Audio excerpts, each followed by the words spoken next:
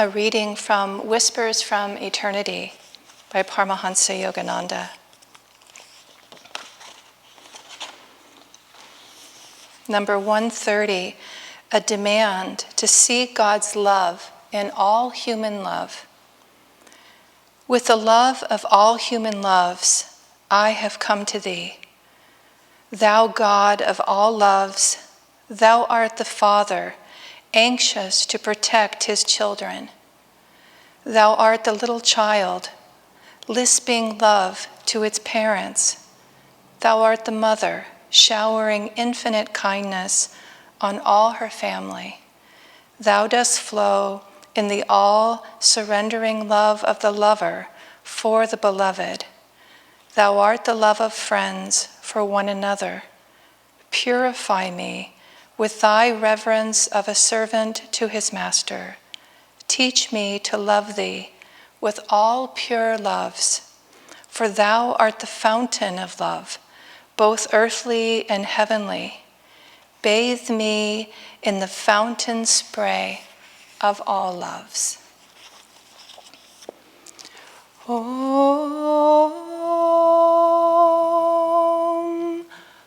Om, Om.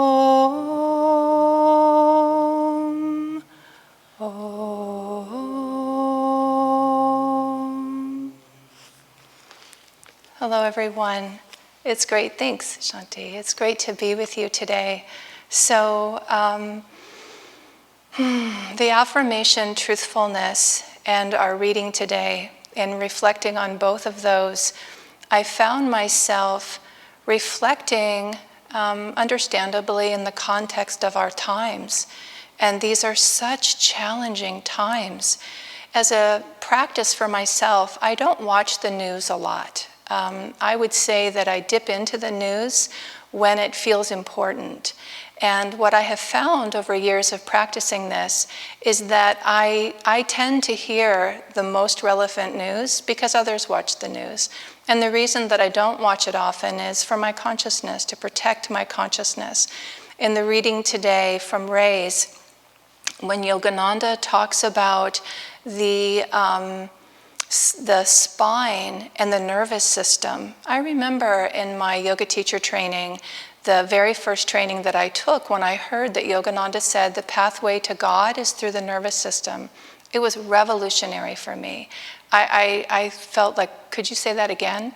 And then in the study of yoga, what I found is how much yoga works with our nervous system. The other thing that Yogananda said is the human being's brain is unique in all creation, that we have the capacity with our nervous system and our brain to realize God, that we can awaken through the prefrontal lobes, is the point between the eyebrows, the spiritual eye.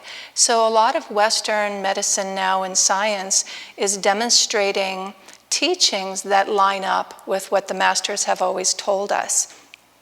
So this practice of our consciousness in yoga, it's a primary thing that we're looking at. And there are many tools that we use. The first tool, I guess I would say, that comes to mind is when I'm talking about consciousness, there's subconsciousness, and that would be karma, past habits or patterns that I don't require any conscious awareness of. They'll just flow without any attention. And so learning to identify those and build good habits can be very helpful in our spiritual life. The conscious mind is the analyzing, reasoning mind. That's conscious awareness. And it absolutely has a place, right? And then super consciousness is divine understanding. So at the very end of the rays that Krishna was talking about is the super conscious realization. Steadfast a lamp burns, sheltered from the wind, steadfastly meditating, solitary. Such is the likeness of the yogi's mind, shut from sense storms and burning bright to heaven. That quality to be in a state of divine awareness in the midst of storms, in the midst of a stormy life. And right now things are quite stormy. So I started with saying that I don't often watch the news, but recently I have been to check in, right? I got an alert on my phone the other day saying, be careful in San Jose, there's protesting, and I mentioned it to James, and he knows I don't watch the news regularly, and he said, are you aware of what's happening? And I said, no, I'm not. So he told me about what's happening in this African-American man who was killed, to all appearances, unjustly. And, the anger and rage and upset and turmoil that has come out of that is so understandable. It's so understandable. And so the affirmation today of truthfulness, I was really appreciating that the practice in yoga, as Swami says in the affirmation, is to be fearless in our willingness to face the truth, to look directly at that truth, and to be able to say when whatever is. And at the very end of the reading today of the affirmation, he was saying that without the ability to stand in the truth, we can't do anything about it, right? And he also talked about, well, how do we work with truth? How do we face it? So I've been thinking about the part of what we follow at Ananda, based on Yogananda's teachings and Swamiji's teachings of Yogananda, is Ashtanga Yoga. So that's Raja Yoga. And it's the Eightfold Path. And within that Eightfold Path, there are, what Patanjali said, they are stages of awakening. And what's interesting about it is that they're also stages of practice. So the very things that happen when we attain that state that Krishna's talking about, perfect divine union, sheltered from the storm, living in our highest truth, there are stages that we move through with that, and there are practices that all of our yoga tools, all that we do in yoga, helps us with each one of those stages. I was thinking about, well, certainly the yamas and niyamas, which are guidelines for, they're not only guidelines for behavior, but they're also guidelines for consciousness. So as we look at them in Ananda, we're always focusing on the subtle realities, not just the obvious. One of the most famous is ahimsa, nonviolence. So the idea with ahimsa, the obvious, is that we are not harming physically anyone or ourselves. And the subtle aspect of that is that we aren't thinking harmful thoughts. So when Swamiji is talking about truth and the beneficial quality of truth, he was saying it's not harsh. So we aren't using truth in a way to hurt someone. Even in our thoughts, we're not practicing truth in that way. We're looking at how can I see the truth from a calm, centered, higher awareness. I was thinking of a talk that Asha gave recently about the way of the Ananda Sanghi. The talks have been so beautiful. I've been thinking of Shanti's talks. I mean, Asha's, they're just truly extraordinary. So if you haven't had a chance to dip into those, I recommend it. In terms of working with consciousness, I find one of the best ways to work with consciousness.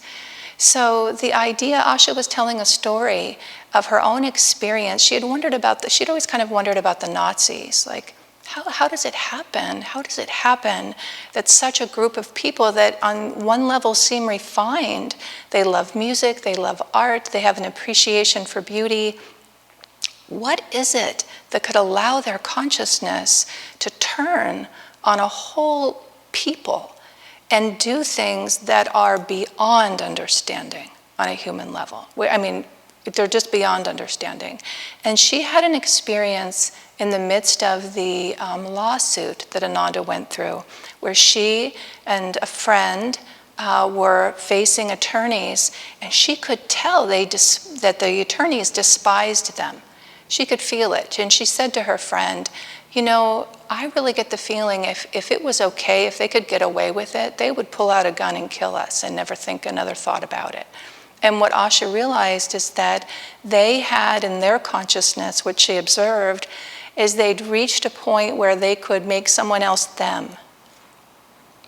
And as long as it's them, then they can have any kind of justified thought and feeling and action and have no sense of wrong about it. Well, they're them, right? They're not me. They're wrong, they're them, and it's appropriate. I get to hate them. I get to hurt them. That is not the teaching of yoga. It's not the teaching of all true spiritual paths. Yogananda said truth is universal. So then how do we see wrong and not hate? How does that happen? I've been thinking a lot about Gandhi and Dr. Martin Luther King and all of the people in their movements who faced what feels like similar times in terms of the wrongness and the injustice of the situation. And these two leaders were spiritual leaders. And they were, to all appearances that I can see, rooted in this divine knowing that we are one. And wrong is wrong. And it should be stood up to. It should be acknowledged. It should be identified. It should be.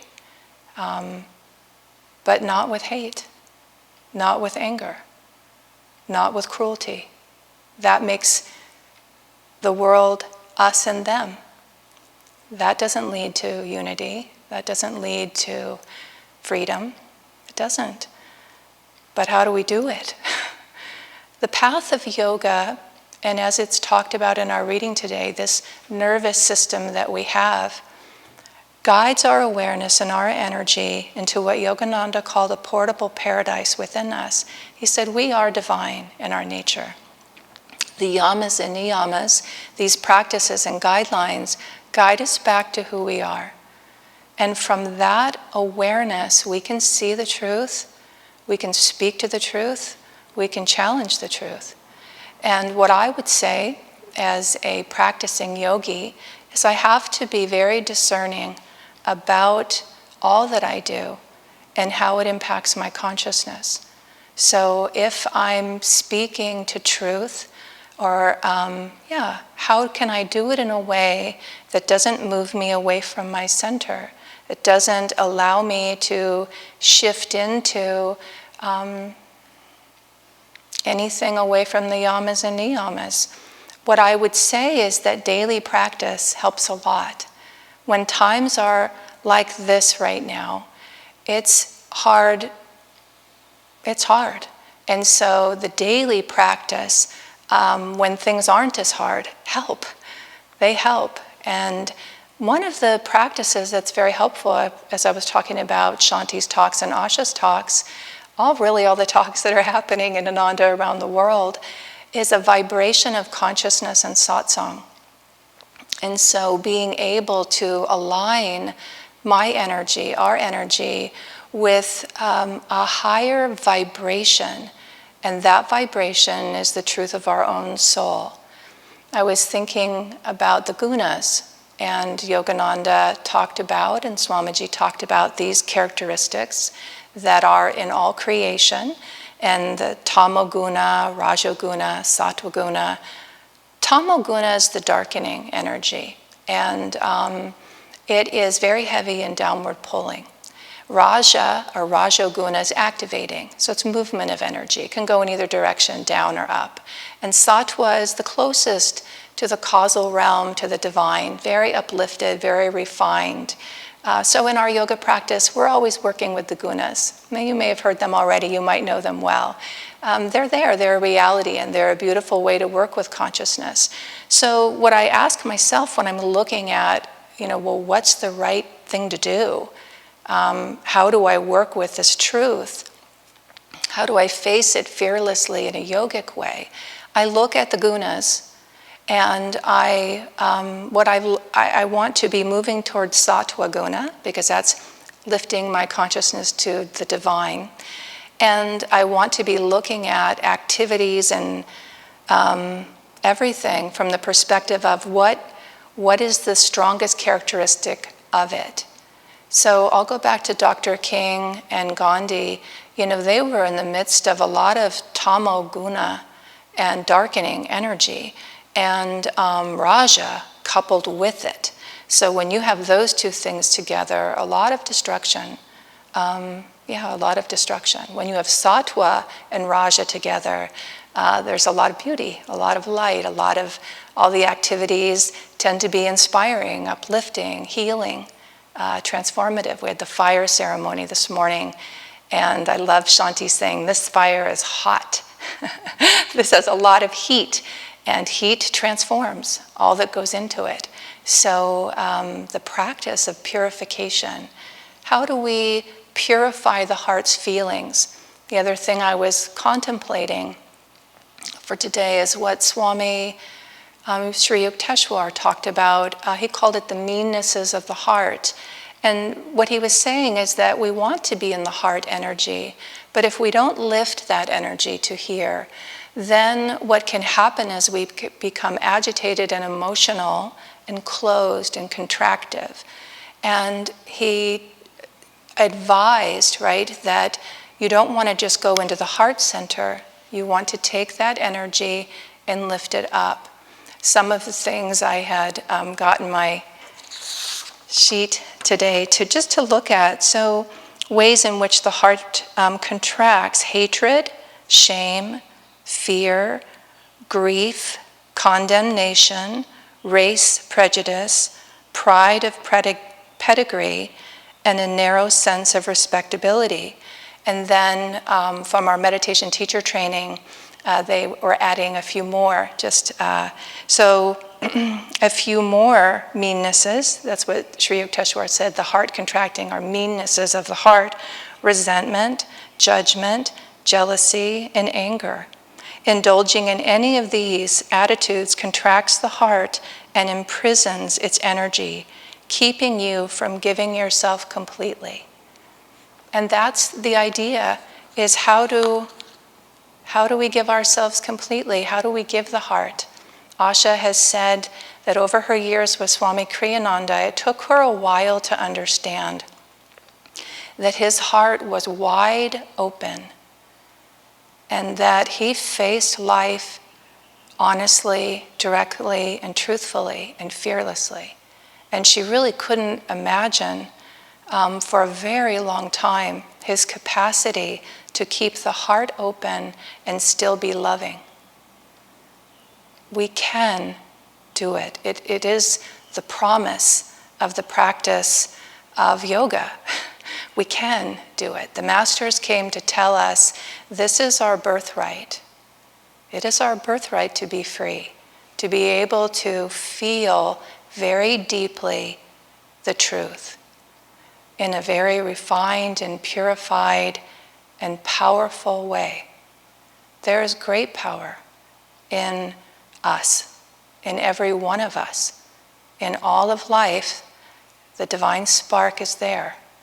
And we can call on that energy to lift our consciousness, to lift ourselves, and to be a healing presence in the world. That very healing presence calls forth that light in others. Yogananda said the soul recognizes the soul.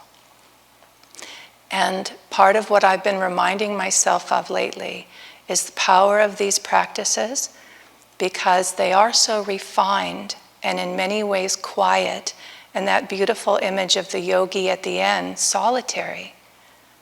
There is a big aspect of the journey that does feel quite solitary. The song that was sung today, Go On Alone. To be able to feel we aren't alone, but in the calm, quiet, centered awareness of the heart, God lives, guides and protects and helps us to rise and be our highest self. May we all bring that light to the world.